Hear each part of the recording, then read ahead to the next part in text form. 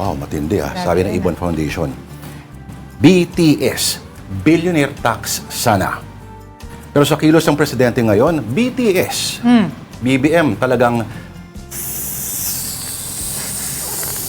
ikaw na lang bahala kumompleto sa pangungusap na yun. Welcome po sa programang talagang hindi kayo tatax, lagi lang looking towards the light. Ito na po ang Afternoon Delight.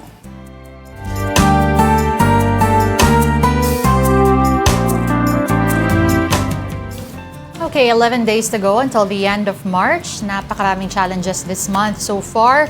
So we begin with a much-needed good news. So unang-una in the world of sports, Pinay tennis sensation Alex Ayala is off to the round of 32 in the Miami Open.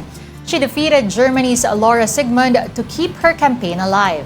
Alex needs a Final Four finish to retain her 390 ranking points and stay inside the world's top 30.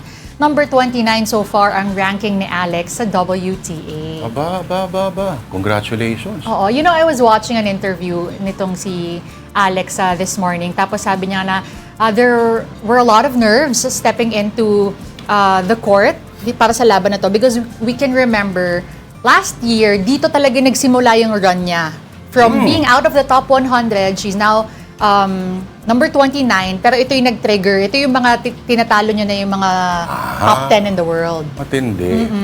So, malingat lang tayo ng konti, nasa top 10 na si Alex. Sana, no? Ikaw, nakikita ko yung mga pinopost mo, yung form mo, parang konti na lang. Ano yun? Oh, may tumunog lang. Okay, yes. Alex na Alex ang dating. Alex Compton. Sino nga ba si Alex Compton? Iba yung Basketball player. Oo. Iba yung moves eh. Iba yung moves eh. Maling-mali eh. Di, Iyala din naman, ang galawan. Noli Iyala. Pwede. Hi, Com. Po. Okay, pangalawang good news kahit papano this Friday. May gasoline station sa Talisay City, Cebu who had won a great offer for just a day. Pero great offer pa rin nevertheless. Full tank, all you can. Wow. Ano ibig sabihin yan? So, motorcycle riders were allowed to gas up for free, an initiative to help motorists cope with the recent surge in fuel price. Ang laking bagay nito. Malaking bagay yan. Oo. Unahan yan, ano? Sana maraming ganyan, no? At sa mga trilyonaryo, bilyonaryo may-ari ng gasolinahan, I'm sure. Nakapalit sa itong pamilya nga kanadlaw. Kaya kituwa ng pamugas, hasta gasolina, dako na. Nasildo, way saka. Pero mawagwa. Salamat lang sa tuwi sa mga mamulong kasing-kasing ng panahon na kasi panahon na sa kalisod sa mga tao karon. Dagan salamat. Ako kay tamang naman. Lisod juga sir. Kay labi nang kini kamay gyud ang klite ba sa prom. Kataas ang presyo sa gas ba gyud. Sige. Ipay na sir. Kay naadi kuan ba? Ay libre ba? Ano lang makalibre.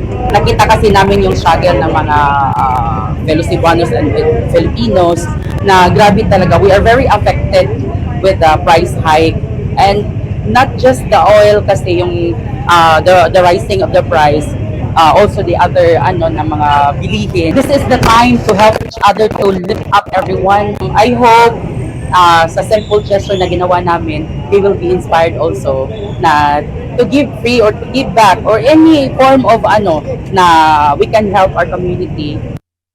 Malaking bagay niyan, ha? Yes. Alam mo kung ako yung nagmumotor, next time yan, when times are, alam mo, okay, hindi ko makakalimutan yan, yung gasoline station na yan. Oo. Pero, ano sabi, full tank, all you can. Yes. May narinig naman akong isang, may mensahe daw sa mga gasoline stations sa walang patawad pagdating sa presyuhan. Oh.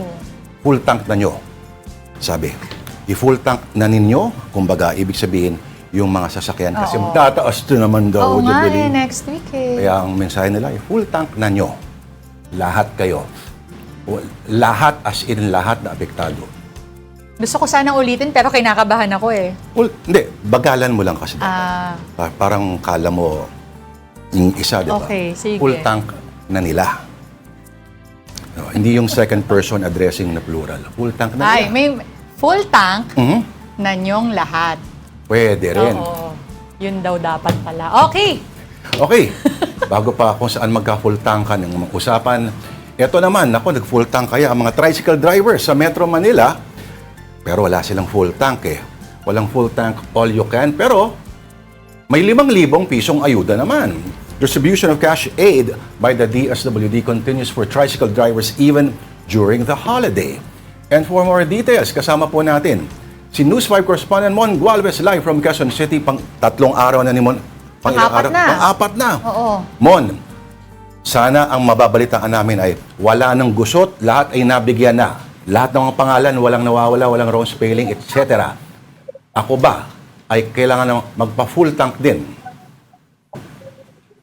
Mapapa-full tank na talaga ang mga tricycle driver dito kung matatanggap na nila yung 5,000 pesos na ayuda. Kasi ang problema, Lord and Denise, wala pa rin or hindi pa rin lahat ay nakatanggap ng 5,000 pesos na cash assistance mula sa DSWD. Dito sa Quezon City, pansin nyo, kaunti lamang yung mga nagpunta or pinaprocess ngayon dito sa Quezon City Hall. The only payout site for today para sa 6 na distrito ng lungsod Quezon. Yan ay dahil out of 6,000 na mga isinumiting pangalan ng ahensya, 445 lamang ang nasa payroll schedule today.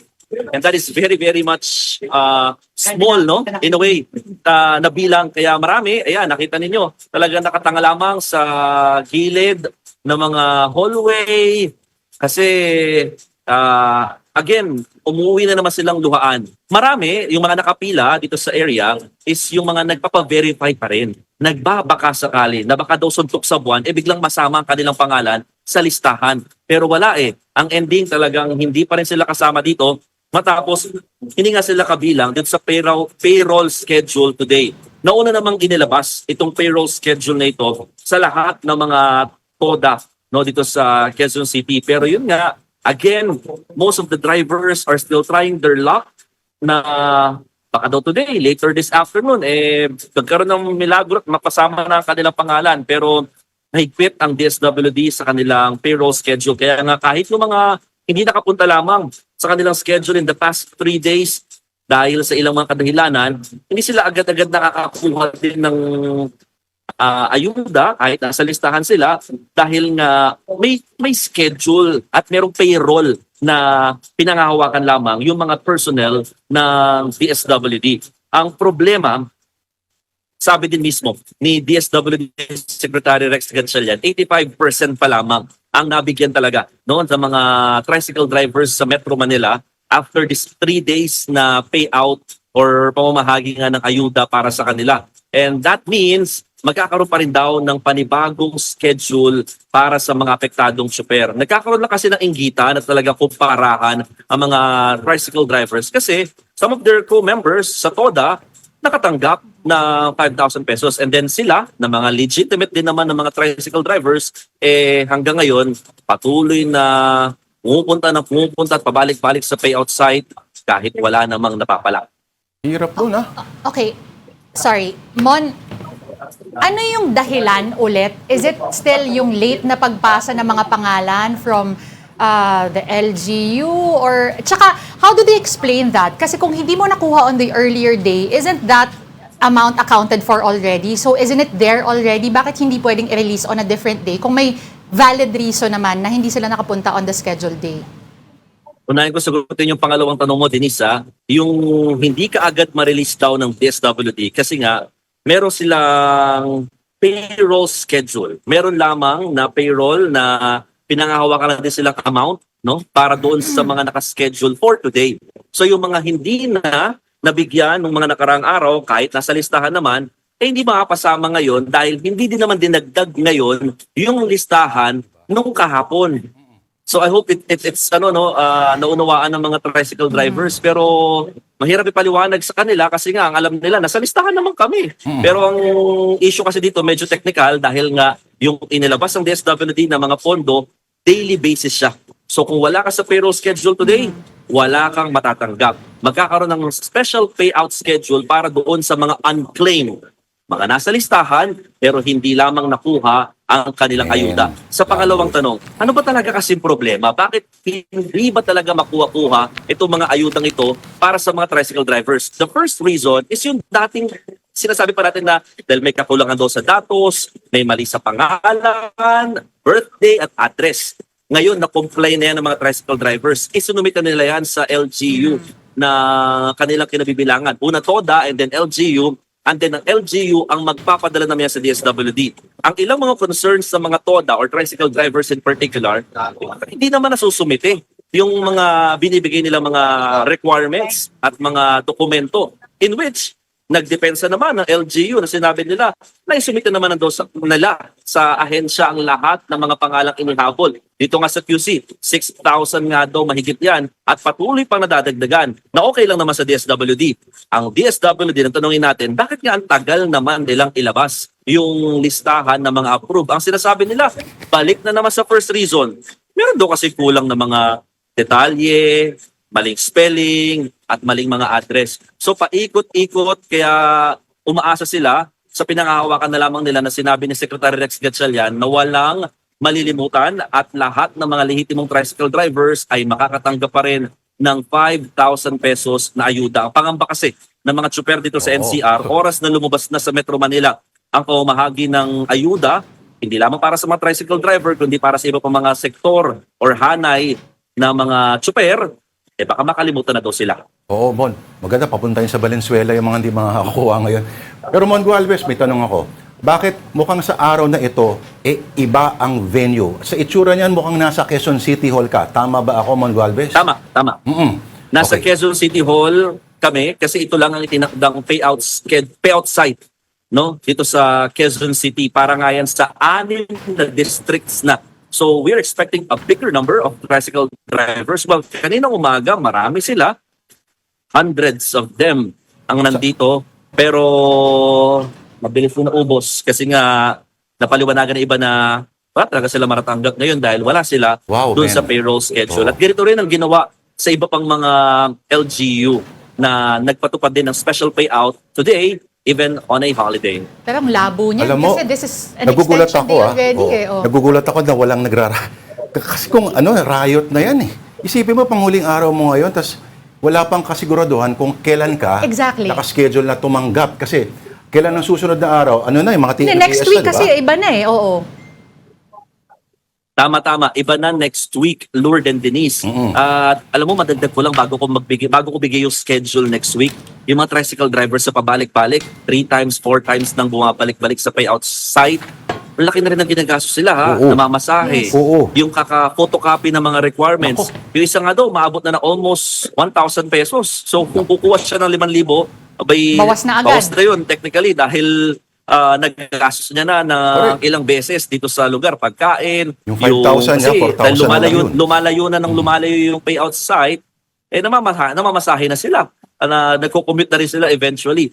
And now, itong susunod na schedule ng DSWD para sa ayuda ng 5,000 pesos, iba na po, no? Sa Tuesday, magsisimula ang pamamahagi ng ayuda para sa mga TNVS drivers. Nasa 34,000 yan mahigit. Habang sa Wednesday, para naman sa mga public utility jeepneys, nasa 26,000 naman daw yan na mahigit. Habang Thursday and Friday, ito marami-rami, mga delivery service riders, nasa 76,000 daw yan na mahigit. Habang on Saturday next week rather, mga motorcycle taxi riders. So sila next week yung mabibigyan naman ng 5,000 pesos. At yung mga nabanggit kong numero, galing daw yan sa LTFRB na sila ang nagbigay Kinakabahan ng ako sa listahan ganyan, Mon sa Galvez. DSWD. So yung pamamahagi, it will be given through LGU basis as a venue. Pero ang listahan again is coming from the LTFRB. At kukunin din yan sa mga tricycles, Drivers and Operators Association. Malamang sa malamang Mon Gualvez. Ayun. Ganun ulit. Oo. Pero Alam nyo na. ang kaibahan dyan, Mon Gualvez, ngayon, at least sa City Hall, malalaman natin next week. at least sa City Hall, wala tayong nakikita malalaking mga larawan o tarpaulin ng mga pagmumuka. Tama ba ako? O meron din? Gumilid ako Kasi baka makita mo na naman Sige, di bali at na. full tank yung mga tricycle Tama, driver tama. bigla. Baka mapa-full tank sila. Alright. Maraming salamat sa iyong ulat at napakaingat talaga ng ating idol na si Mon Gualvez. Thank you, Mon Gualvez. Nasa Quezon City Hall. Ang lungkot nun, Ang galing umiwas ni Mon. Ano? Natuto na siya. Oo, natuto na. Okay, We'll get him next time. In Manila, the transport strike by Piston is on its second day. And for the latest, we have mobile journalist Francis Rivera reporting to us live from Mendiola. Francis, kamusta? Ano ang sitwasyon dyan?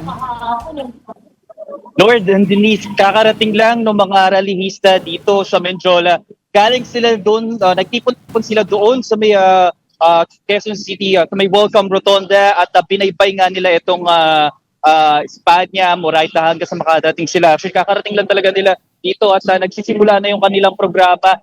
Halo-halo yung mga nakikilahok ngayong araw, ano? Hindi bukod sa mga tsuper, iba't ibang group or sector, no?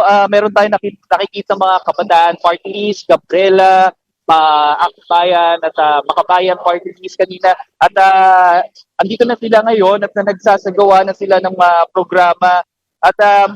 At ngayon, no, kanina ay kinumpirma rin ni Kamondi na itong transport strike na sinasagawa nila, mga kilos protesta at welga na ginagawa nila ay baka magpatuloy pa next week, ano, at depende yan sa mapag-uusapan nila ng grupo nila mamaya. Upstart and Denise. Okay. Francis, papihit ka ng konti pa kanan. Tingnan natin kung yung security sa papasok ng Malacanang, yung papuntang San Beda at CEU, no? Nandiyan pa rin ba yung pader ng mga barbed wire? Francis? Alam mo, Popstar, Leave it sa to tuwing sir, nagko-cover ako dito, ito talaga yung concern natin. Andito pa rin yung Papua at andun pa rin, di pa rin tapos yung construction na ginagawa ng Maynila dito. Ayan, andyan. Ito, naka-standby, nakabarikada yung mga hanay ng mga pulis dito. Ito.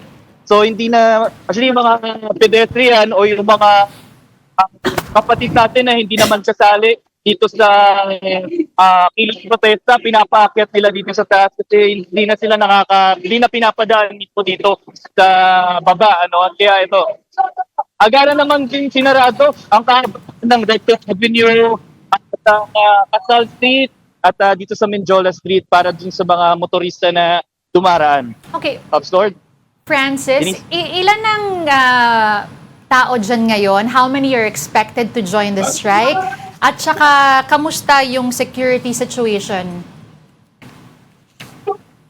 Traffic. Yes, Denise, yung sa pangalawang tanong mo, Denise, andito yung mga hanay ng kapulisan ito, dito sa ating likuran. Ayan, nakabarikada sila at yung iba naman nag-assist doon sa traffic kasi bago sila pumunta may mga naipit na motorista, no, kasi medyo biglaan din yung pagdating nila, lalo na yung pagliko nila mula doon sa may Moraita papunta dito sa Mendiola at expected natin dito nasa mahigit 1,000 na kasama kasi mostly na ng mga nakikita natin ngayon hindi lang super, para karamihan din sa kanila mga estudyante, mga kabataan kasi sakto rin kasi ngayon holiday at walang pasok at ilan sa kanila ay talagang sumama dito sa kilos protesta. Lightning rally ba yan, Francis? Sorry Lord, di ko masyado narinig. Yan ba'y lightning rally? Mukhang lightning rally siya, no? Kumbaga, may stage ba ngayon dyan? O makeshift stage? Stage na parang truck? Na platform lamang? Wala pa. Actually, si Kamod ngayon ay nagsasalita at ngayon, walang stage, walang platform, kundi sa taas mismo ng jeep. Nakatungtong ang ating mga, si Kamodi at yung mga speaker na sa taas ngayon. Ito, Popstar, kung nakikita nyo sa inyong So speaker. ito'y lamang mga membro ng Piston, of course, ano? Maliban ba sa Piston, may ibang mga grupo pa nakasali dyan sa kilos protesta na yan? Yes, Pastor. Actually, iba't ibang mga bandera yung nakikita natin. Yes, kaya sa Piston, ito, katulad na itong Party List, Kabataan Party List, Gabriela, iba't ibang sektor. Yung mga nakikilahok ngayon dito sa kilos protesta na sinasagawa ngayon ng grupong Construction area dyan sa tapat ng Mendiola, no? Nagtataka lang ako, last year pa ginagawa yan. Hindi maayos-ayos. Mga diskaya ba? Baka mga diskaya ang contractor dyan, ano? Max Lord, yes.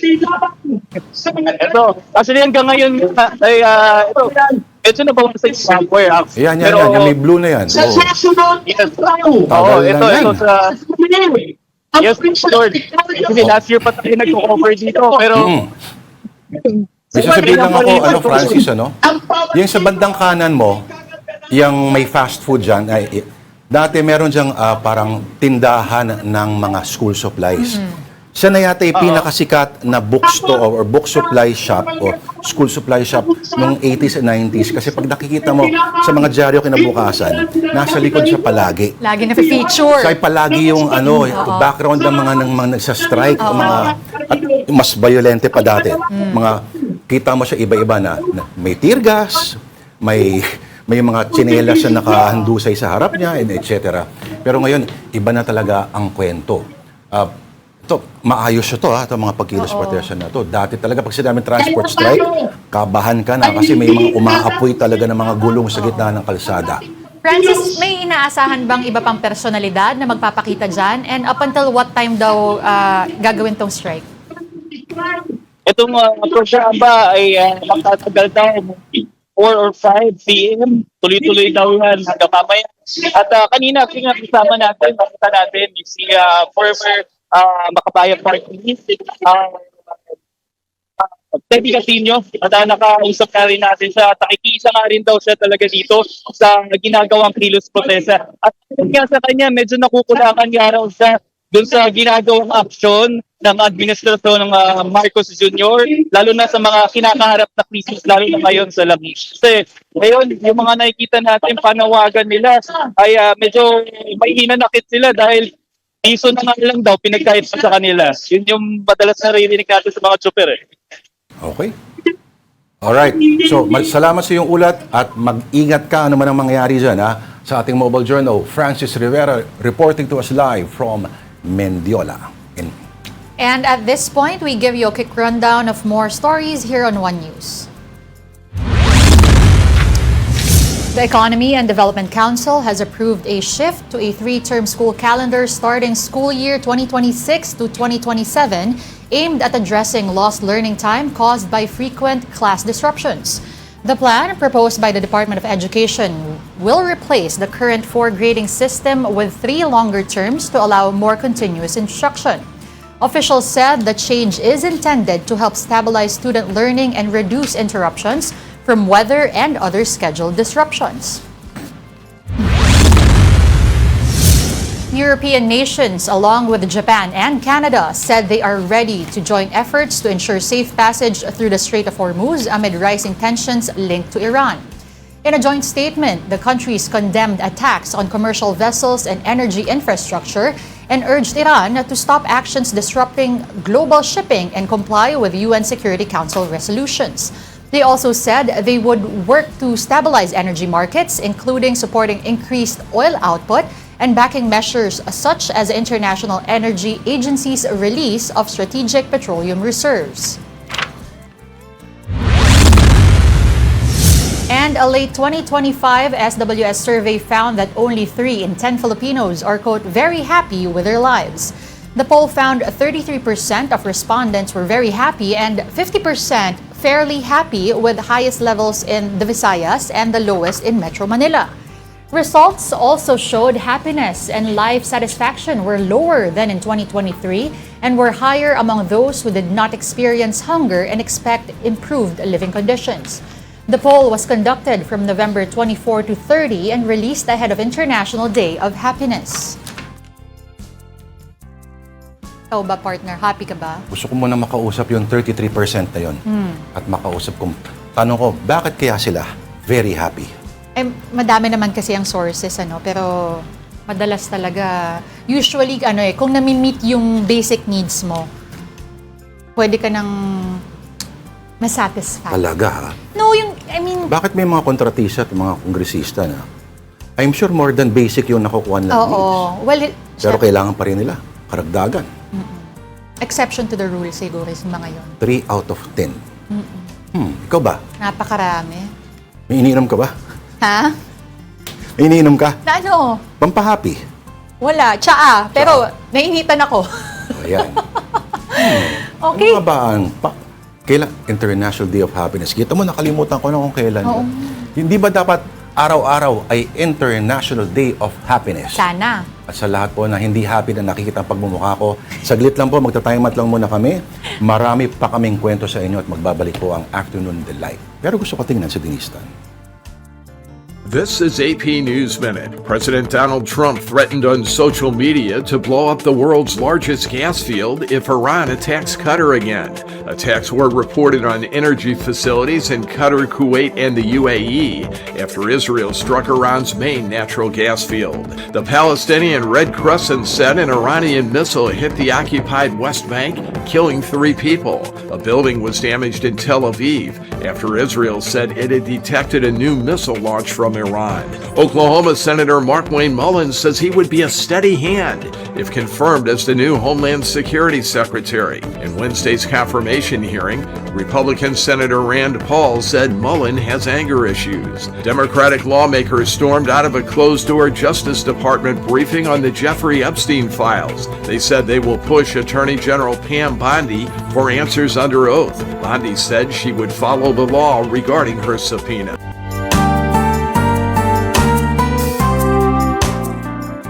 This is AP News Minute. The Pentagon is seeking $200 billion in additional funds for the Iran war.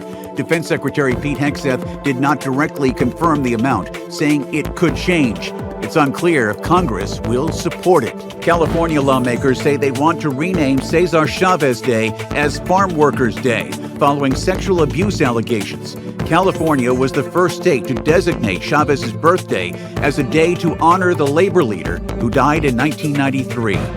Lawyers for the eldest son of Norway's crown princess called on Thursday for his acquittal on charges of rape and a sentence of no more than 18 months for other offenses.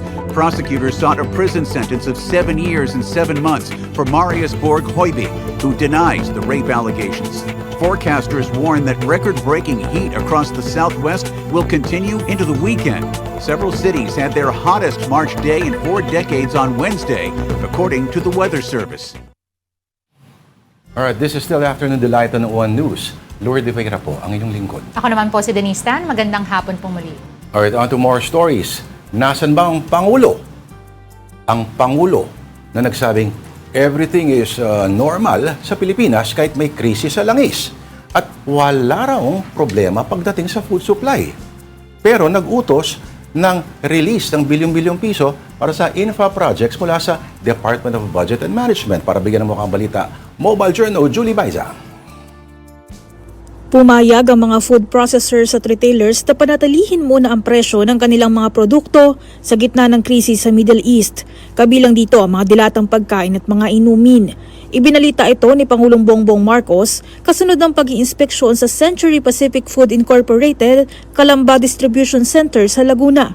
At bukod pa ron ay sila naman ay pumapayag na to keep the prices na hindi muna basta hindi tataas ang presyo hangga't kaya nila. Kaya siguro mga 1 buwan, yung iba baka 2 buwan hindi magagalaw yung presyo. Pagtitiyak pa ni PBBM, bukod sa hindi gagalaw ang presyo, sapat din daw ang supply ng pagkain sa bansa. Ay patuloy naman natin tinitignan ng supply. Ang supply ay hindi kailangan mag-alala ang taong bayan. Ang food supply natin ay sapat kahit na pangmatagalan. Patuloy niyang magbabantay ang palasyo para matiyak ang pangangailangan ng publiko. Una riyan, inikot din ng Pangulo ang isang pamilihan sa San Juan City kailan lang kung saan nabanggit nito na nananatili sa normal ang presyo ng mga produkto. Mga kapatid, Mobile Journal Julie Baiza po, hatid ang mukha ng balita. At bago magkakalimutan, kamusta na kaya ang paggulong ng mga kaso kaugnay ng flood control scandal? Checking the latest sa Office of the Ombudsman at Justice Department, ang ating Mobile Journal, Arles de los Santos. Okay, Arles, what's the latest from your end? Denise, nakatakda nga na humarap si dating Bulacan 1st District Engineer Office Official Henry Alcantara sa Sandigan Bayan.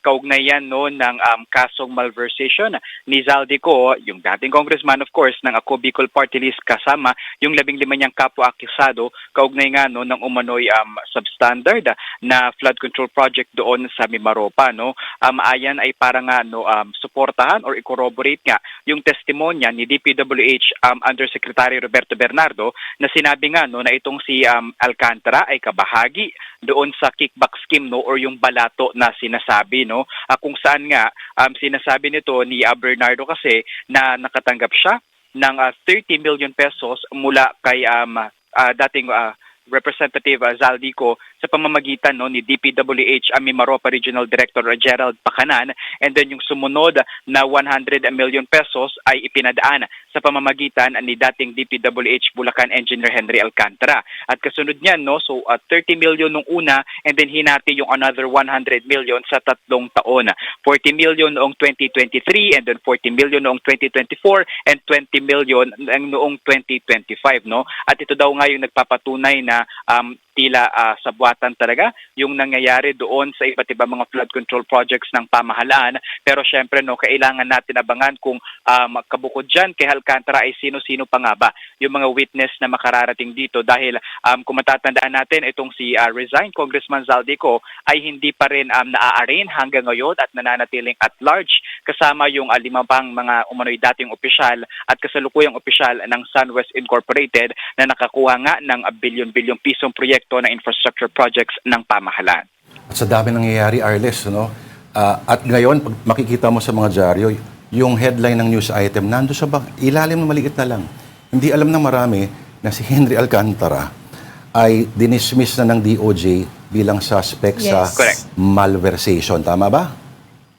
At kasama Tama ka dyan, Lord, no? Kasama si Sally Santos ng SIMS. Okay. Pero, respondent pa rin itong si Alcantara sa plunder. Tama? Tama ka dyan, Lord, no? At syempre, alam mo, mahaba-haba talagang proseso itong mga kaso sa kanya, no? Lalo pa, itong si Alcantara ay nasa blanket, no? In a way, protection ng Witness Protection Program ng pamahalaan. Pero hindi naman yun sinasabi, no, na talagang makakatakas na siya o hindi na siya mapapanagot doon nga sa mga kasong kanyang kinaharap. But we can recall na nagbalik siya ng humigit kumulang 100 million pesos sa pamahalaan na ipinadaan sa Department of Justice at ngayon ay nasa pangangalaga nga ito ng programa. Siyempre, hindi natin alam kung saan yan, but expected from time to time yung kanyang presensya sa kanyang mga kasong kinaharap at doon sa mga kaso na ipatatawag din siya bilang witness, no? At actually, medyo unexpected nga din na si dating DPWH Undersecretary Roberto Bernardo yung humarap, no? Nakasama din, of course, doon sa Witness Protection Program ng pamahalaan. And still, a long way to go. Kaiba pa ito sa kasong hinahawakan ng Sandigan Bayan din, doon kay dating Senador Bong Revilla sa 3rd Division ng Sandigan Bayan at 4th Division nito na sa pagtapos ng Holy Week, April 6, ay magpapatuloy naman yung preliminary conference, yung bail hearing rather nito, no, dahil nga inaapela niya na makalaya sa kabila ng non-bailable malversation case nito. Yung boss pa. Yung boss yung boss na pero yung mga mas mababang ranggo sa kanya, yung pa yung sumabit. Pero okay, maiba naman tayo ng topic, Arles. Etong si Senador Revilla, nagsubmit na ba ng counter affidavit niya? Kasi 'di ba parang nung Martes sinabi na tama, ang deadline niya to submit a counter affidavit sa Sandigan Bayan? If I'm not mistaken, Lord, parang this week ata yun This week yun nakatakla. Okay. Speaking of which, Arles, pwede kayang kung may libreng oras ka lang, compute mo yung kilometrahe ng mga sasakyan, yung sinasakyan ng mga mula papuntang Sandigan Bayan, mula doon sa mga jails, kung gaano kaya karaming mga litro ng gasolina sinusunog doon kada araw. Maganda iawas din yun sa Iawas din yun sa mababawing pera. Actually, Lord, kung usapang mga gas at sasakyan at pera, syempre, hindi natin pwedeng makaligtaan yung Independent Commission for Infrastructure. Kasi kung matatandaan, nasa kanila yung ilang mga sasakyan na pag-aari umano ni resigned Congressman Zaldico at syempre ni Bryce Hernandez na nasa kanilang mga pangangalaga, no? Ayon kay ICI Special Advisor Rodolfo Azurin, patuloy daw yung kanilang pakikipag-ugnayan sa iba't ibang mga ahensya ng pamahalaan, lalo pa at nirarap na daw nila, no, yung kanilang operasyon na magtatapos nga sa March 31, no? Pero syempre kanilang focus yung pakikipag-ugnayan sa Technical Working Group kung saan nga CICC Undersecretary Paraiso yung in a way mangangalaga dito at magpapatuloy para nga masiguro yung paulit-ulit na binibigyan diin ng administrasyon ni Pangulong Bongbong Marcos yung restitution o yung pagbawi ng pera na napunta nga doon sa mga personalidad na sangkot dito sa flood control scandal. So lahat daw ng document, last time we checked, 90% nasa Office of the Ombudsman na, at least doon sa mga motor vehicles na alleged ay pag-aari ni resigned Congressman Zaldico doon sa pamamagitan ng search warrant ay inaasahan na mabibigay na ito sa Bureau of Customs dahil sila yung nag-serve dito and actually sa area talaga nila ito and parang safekeeping lang yung ginawa ng ICI. Kaya pagka pumunta doon, dito actually sa Taguig, nandun makikita mo yung magagandang mga sasakyan na malalaki talaga, no? Arles, isang SUV lang yan, ilang tricycle driver kaya ang mapapakain niya, no? Actually, at syempre, no, ilang litro ng gasolina yung pwedeng mabili. Yan, oo. Okay, magkano kayo sports car? Kung may 3.5, kung may mga less than 10K yan, Arles, kamo, dibs tayo dyan. Talaga ba? Or gusto mo, cash pa eh. Wow! May maleta ka din? Wala, pita ka lang. Okay, pasalamatan natin ating mobile journal na hindi talaga nawawala sa isipan ang ICI, si ADS, Arles de los Santos. Meantime, the Senate adjourned its plenary sessions on Wednesday, capping the first quarter of the year with the passage of several key legislative initiatives. And more from our mobile journal, Mary Monreyes.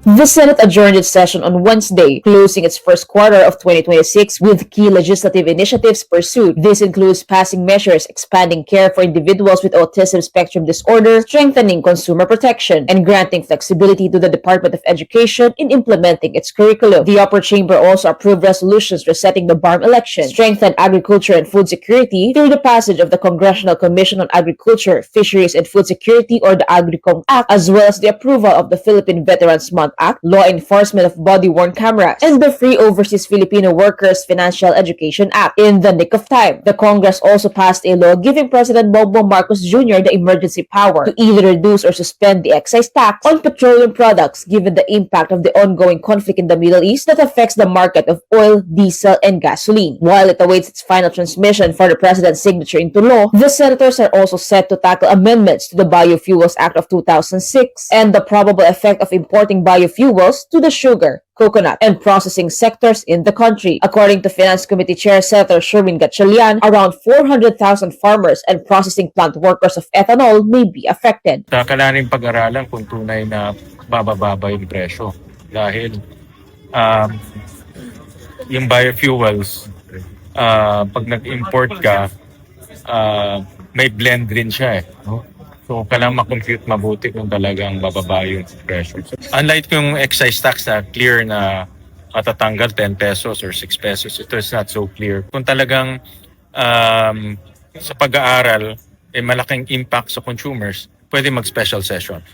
Committed ang Senado doon na magko-convene kami for a special session. There was a lot of fear among our colleagues na affected talaga sila. Tsaka maliit lang naman yung mawawala sa presyo, di ba? Kasi only maliit lang na blend ng biodiesel at saka yung ethanol. So, our colleagues, particularly the minority and some members of the majority, wanted a longer discussion on the floor. Related to petroleum products, with the rise of its pump prices in gasoline stations, CUV drivers supposedly expected a fare hike this week, but it was temporarily suspended by PBBM. This in turn made PUV drivers and transport advocates turn to the streets to rally for their causes. However, Senator Gatchalian has an assurance in mind.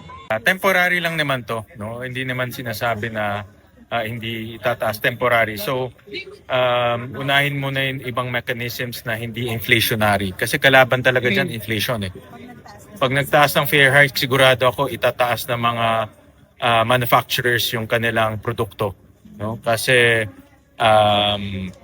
pass on yan eh. Yung mga empleyado hihingi rin ng additional sweldo para bayaran yung kanilang fare hike. Temporary lang to para mabigay yung mga ibang mekanismo tulad ng pantawid pasada at iba pang mga direct subsidies.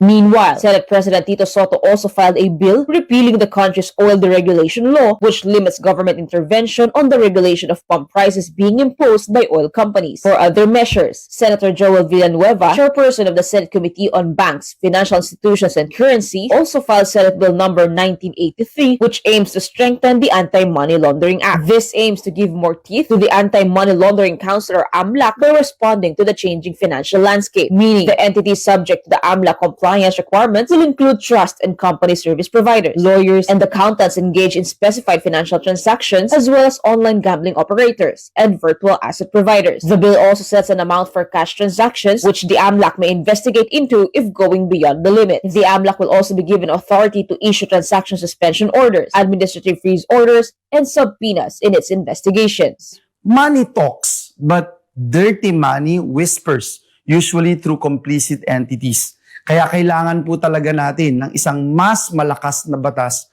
para habulin po ang mga kriminal na pilit itinatago ang bakas ng kanilang mga transaksyong pinansyal. Committee hearings in the Senate will still proceed according to its schedule, while the resumption of its regular plenary sessions will be on May 4, 2026. Kapatid Mobile journalist Mary Monreyes, we are One News.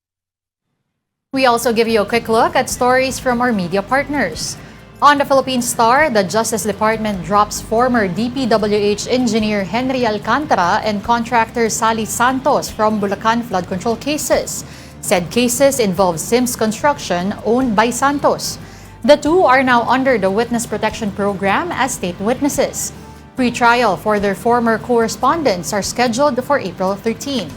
On Business World, the Philippine Stock Exchange Index dropped 0.6% to close at 6,018.62 amid geopolitical tensions in the Middle East. Also on Thursday, March 19, the peso closed at a record 60 pesos and 10 centavos per US dollar, marking its weakest finish ever. Analysts expect continued volatility in both the peso and local markets, highlighting the risk of imported inflation on the Philippine economy. For more details of these stories, you can visit the social media pages of the Philippine Star and Business World. Do check out as well the social media platforms of One News PH for the very latest news. And where are the farmers? Studies have revealed that young Filipinos are shunning this noble profession. And as a result, the agriculture industry is now dealing with an aging workforce. The details from Mobile Journal, Daniel Dayaw. As Filipino farmers face an aging crisis, efforts are underway to encourage the younger generations to enter agriculture. Food production, rural employment, and the country's food system, all now at stake as farmers continue to age. Despite over 10 million registered farmers, the Department of Agriculture stresses the need for greater youth participation. Yung sitwasyon natin sa sektor ng pagsasaka ay may challenge, especially on aging population with an average of 57 years old, and also the low participation of our young generation engaging in agriculture sectors. Very crucial kasi sila ang magbibigay ng panibagong perspektibo, yung mga innovation nila.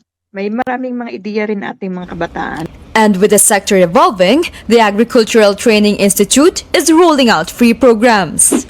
Yung agricultural landscape ngayon ay evolve. Meron naman tayong mga smart agriculture, integration of information technology, mga data-driven technologies, and as well as climate resiliencies. At marami pong programs, si ATI, for them to join and build a career in agriculture, particularly those who have innovative ideas to solve concerns in agriculture. These programs include DG Agri-Haki, where students develop solutions to real farming challenges, internship opportunities abroad, offering hands-on training in modern agriculture, alongside e-courses and support for youth groups like 4-H clubs. And for some young Filipinos, the shift is already happening. I mean, any agriculture-related programs are very sulit. Talaga worth it. Ang daming fieldworks at talagang masasabi ko na buhay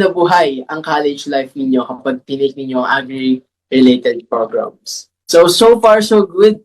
Sobrang nag-enjoy ako. First sem pa lang nung last year. Talagang kahit mahirap, may mga scientific names na kailangan naming aralin. Talagang nag-enjoy Panood ko ako. po yung pagtatanim ng lettuce. Start po ako magtanim sa 16 cups of lettuce lamang. Trinay ko po siyang i-post sa online. Hindi ko po lubos akalain na marami pong bibili kapag pundar po tayo ng sariling greenhouse at nakakapag-harvest na po tayo ng 400 cups of lettuce per month. In the end, experts say agriculture today is no longer just traditional farming. Pag sinabi mo kasing agrikultura or agriculture sa kanila, madalas na ikakabit nila ito sa word na kahirapan, ano. Ay, ito yung mga community na hindi sapat yung kita. Dito sa agriculture, hindi lang sila magiging magsasaka, kundi magiging mga agripreneurs na rin sila. Agriculture is very adventurous, ano. It is not just a boring na magtatanim ka lang dyan tapos na, no. As agriculture evolves, the next generation is encouraged to step in, not just to farm but to shape its future. Kapatid Mobile Journal, Daniel Dayaw, we are One News. This is still Afternoon Delight on One News. We just need to pause for another break. We'll be right back.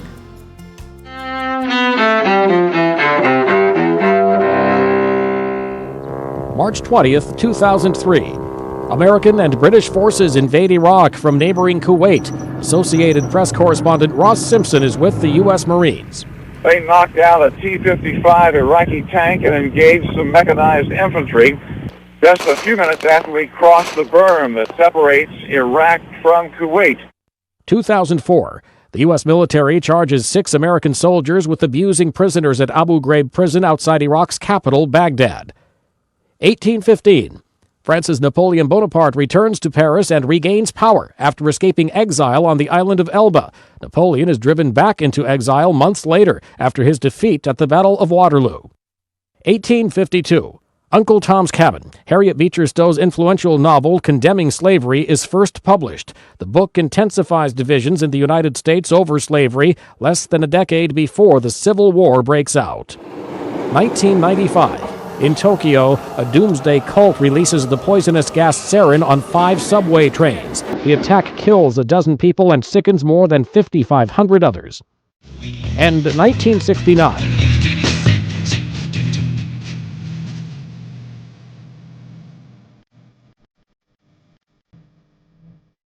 Musician John Lennon of the Beatles marries artist Yoko Ono in Gibraltar. Today in history, March 20th. Mike Glossier, The Associated Press.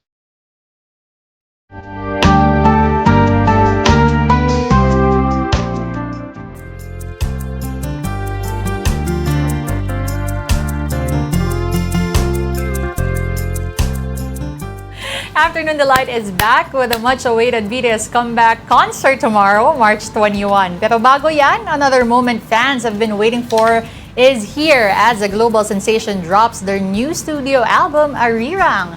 The 14-track release features the lead single, Swim. News 5 correspondent MJ Marfori is in Seoul and she filed this report. Mula araw hanggang gabi, pukpukan at round-the-clock na nga ang paghahanda sa Gwanghwamun Square dito sa Seoul, South Korea. The stage is set para sa much-awaited comeback ng global superstars na BTS para sa muling pagsasama-sama nina Jin, Suga, J-Hope, RM, Jimin, V at Jungkook. Andito na tayo sa Ground Zero kung saan magaganap ang comeback of the decade ng OT7, ang BTS. Kaya tara na, mag-ikot na tayo at silipin na natin kung saan magaganap ang historical moment na ito. Concert feels na rin sa paligid ng square from the Palace to Seoul Plaza dahil sa mga nagkalat na teaser videos sa mga LED walls ng mga building. Inilatag na nga ang seating sections at mga screen na papanooran at event advisory para sa mga bibisita sa lugar. Ang police buses, traffic officers at security nakadeploy na rin sa palibot ng perimeter. Aabot sa 8,000 personnel ang ipapakalat. Pati mga establishmentong katabi Gaya ng mga convenience store, 8 to 10 times daw ang idinagdag sa kanilang supply, lalo't daragsa ang army. 22 to 26,000 ang capacity ng Gwanghwamun Square, pero ang inaasahang army na darating, 260,000 lang naman mula sa iba't ibang sulok ng mundo sa darating na Sabado. Kagabi pala, madaling araw na, pero dagsa pa rin ang army para magpictorial sa iconic BTS Netflix steps na ito beside the concert venue. Kabilang na dyan ang dalawang army from India na lumipat sa South Korea dahil sa pagmamahal sa BTS. They inspire me a lot. Like, they give me the light for my life, and I'm so happy that I found them. They inspired me to move to Korea. Like, I was an IT engineer. They inspired me to quit, or like they gave me the courage to quit that job and move to another country. Very excited for their comeback. Siyempre, hindi mawawala ang mga Pinoy. Kabilang na ang anak ni Kim P. De Leon na solid army, na si Sammy, na mega fan since 2019. Natulungan daw ng BTS si Sammy nang magka-mental health challenges siya. Dahil sa BTS, okay na siya ngayon at isa ng army content creator with over millions of followers to share her story. My bias is Jungkook, and how they inspired me was actually through their UNICEF campaign. And at that time, kasi like growing up, I was bullied, so I super resonated with the campaign. And their album Love Yourself actually is the album that helped me the most. Handa na nga ang stage para sa comeback ng Bangtan Boys at inilawan na rin ang Palace kung saan magiging backdrop ito ng kanilang iconic comeback. Isang oras din tatanggal ang free concert sa Seoul na ila-livestream naman sa Netflix sa 190 countries. Dito rin unang ipiperform ng BTS ang kanilang comeback song sa Arirang album na ilalabas mamayang 2 p.m. oras sa Pilipinas. Ginawa ang free concert bago ang world tour ng Bangtan Boys simula sa April. At sa Sabado, March 21, panoorin ang Kapatid Network special coverage sa BTS Comeback. Mga kapatid, tumutok sa aming special coverage sa long-awaited comeback concert ng global superstars na BTS bukas, March 21. Abangan ang updates ni MJ Marfori live mula sa Seoul, South Korea.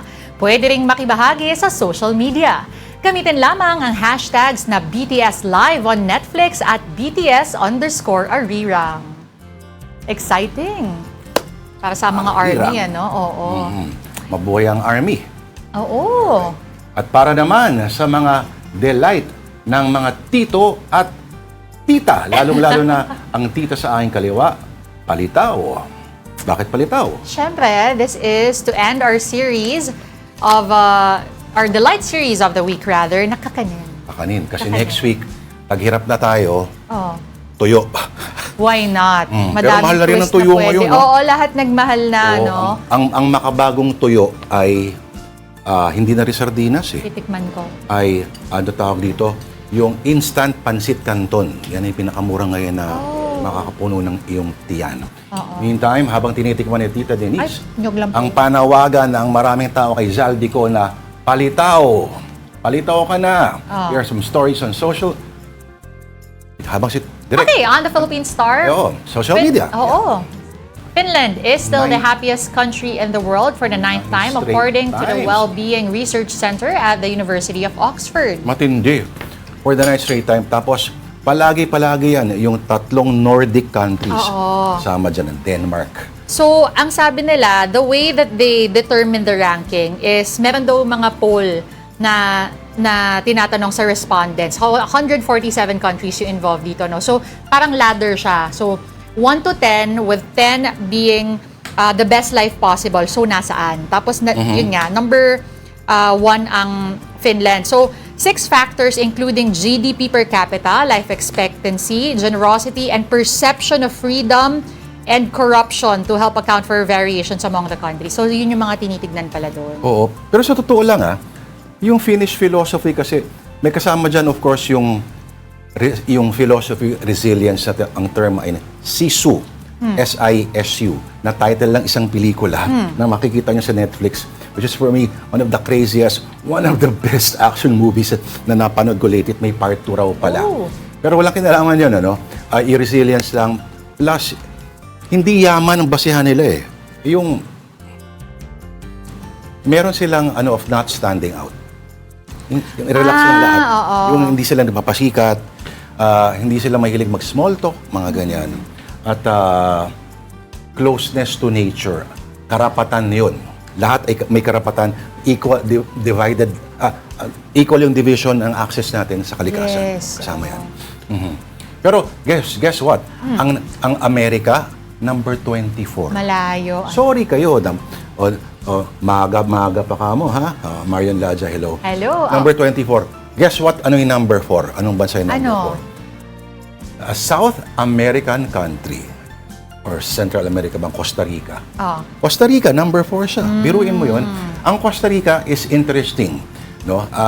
Hindi siya ganong kayaman kasi hindi, again, as we find out, wala kinalaman ng yaman sa kaligayahan dito sa ranking na ito. Pero ang Costa Rica, isa sa mga kakaibang attributes niya ay meron silang parang NCCE exams, yung parang entrance exams para makarating ng kolehiyo. Pero these are morals, exams na may kinalaman sa etiquette at morals at good behavior. Sila lang may Yun ganyan. pala yun. Sige, pag-usapan natin yan over the weekend. Let's do our research, but that will have to do it for Bilis us ang oras. this week. Oo nga eh. Thank you for watching Afternoon Delight. Ako po, si Denise. Kaya pala sinesenyasan mo na ako. Kasi yung pinsan ko, hindi pa nagbabayad ng utang sa Lunes ulit, alas 2 in punto.